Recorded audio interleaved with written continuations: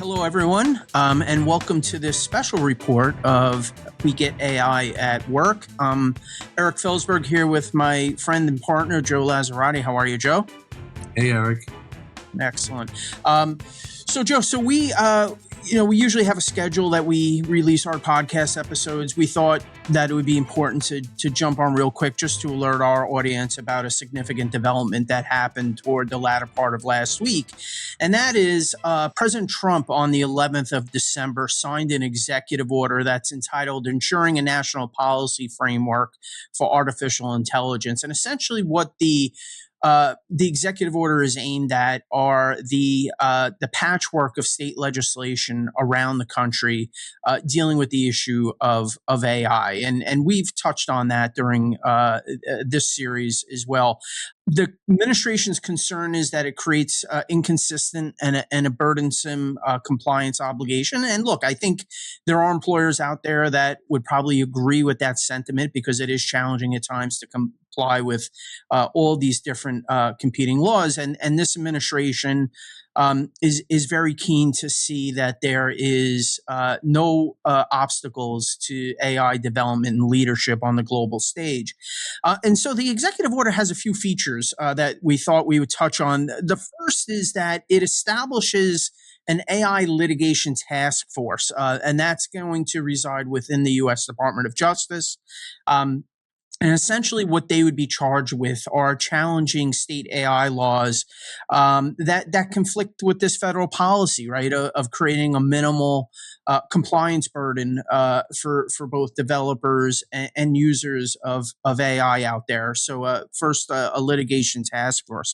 The administration also will likely go down the road of challenging the constitutionality of these state laws and whether we can have state laws regulating AI. Another feature of the executive order is conditioning funds on these states so that they don't have AI laws that are inconsistent with these federal objectives. And so what the Trump administration is proposing is that there are certain broadband equity access and deployment funds that potentially would be conditioned on that particular state not having any AI laws that this administration deems, again, an obstacle to this policy. The whole executive order, kind of runs through the whole thing is this issue of preemption, right? The idea that if we have federal guidance on a particular issue, can a state also regulate that, or does the federal law control? So we're likely to see some new laws coming out of the FCC, right, Federal Communications Commission, and with those new requirements, would that preempt state law? Again, some of these questions are still yet to be answered, but that's certainly a feature of the executive order.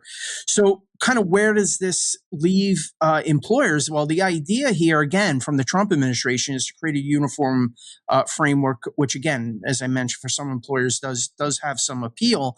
But right now, employers are left in a very uncertain position. I know, Joe, we've been getting questions about, hey, I saw the new executive order come out. Does this mean that I don't need to, comply with some of these state laws that are out there? Does this relieve me of that? And right now, I think the advice has to be that no, just stand pat and continue to comply with those laws that apply to you on a state and local level, because while this executive order lays out a plan, that plan has not yet been effectuated. So we kind of have to take a wait and see approach. But for the time being, everything is, I think for now, status quo. Joe, would you agree with that? Yeah, I think so. I mean, it's interesting because one, typically when the federal government seeks to apply preemption, there's a federal law that they're relying on to actually preempt. And I don't know that there's a particular AI federal law that they'd be pointing to at this point.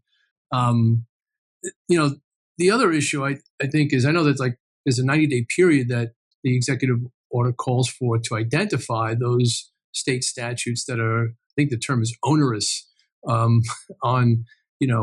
for organizations with respect to development and deployment of AI technologies.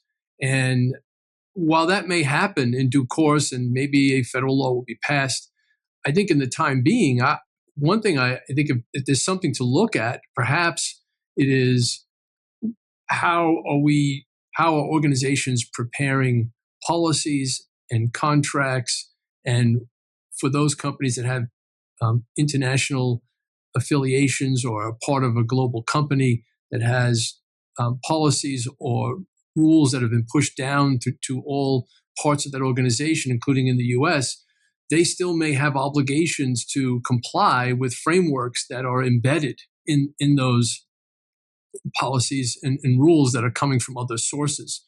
And so I think, for example, I know that for a long time, the FTC took the position that, for example, if a company collects personal data on a website and that website has a privacy policy, the collection of that data at that time, the policy that's in place at that time would apply to that collection of data. So if we're thinking about how we draft policies or draft contracts, it's typically not said that this framework will apply only if it's enforceable. In other words, if you say we will develop and comply with these standards, it's by implication that we assume those standards are enforceable. But there's this question about how we're drafting things and what rules we're applying by policy that may still apply to us, to organizations. I mean, regardless of whether the state can enforce it under some preemption doctrine. So I'm just thinking about how how companies are approaching policies and agreements and